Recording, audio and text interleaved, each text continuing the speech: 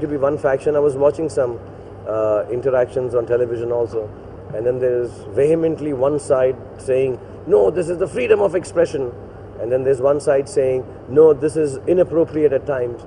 I think the censor board is there to see a film, analyze it, understand, depending on somewhere down the line, a film having a negative effect, not just language-wise, but I think a bigger picture for censor board is that it should not somehow incite any kind of, how do you say it, differentiation due to religion or caste or color or name or sex, that it should not in any which way incite in a wrong sense a film. I think that part of censor board is very correct.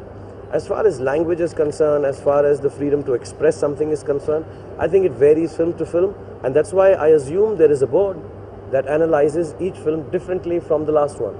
If you have a generic rule for everything, yeah, then it will be strange and difficult to follow.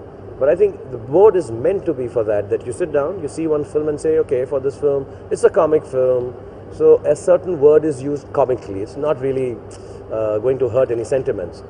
Oh God, this one is, inciting, this is troubling, and you can't have a word like this being misused. It can trouble certain sections of, religion or whatever. And then, yeah, they have to come down heavier on it. And that's how it passes. So I don't know why one should have a finalized list, but yes, those are guidelines. I think they were always there. If I'm not mistaken, more or less those guidelines that have suddenly come out into the television and everybody's talking about it, they were always there to kind of, but I've never gone for a censor board meeting where they take out this piece of paper and do this. It's just a guideline. And then this discussion will continue for years all around. But I think they can make a lot more categories in censorship, not just you, UA and you.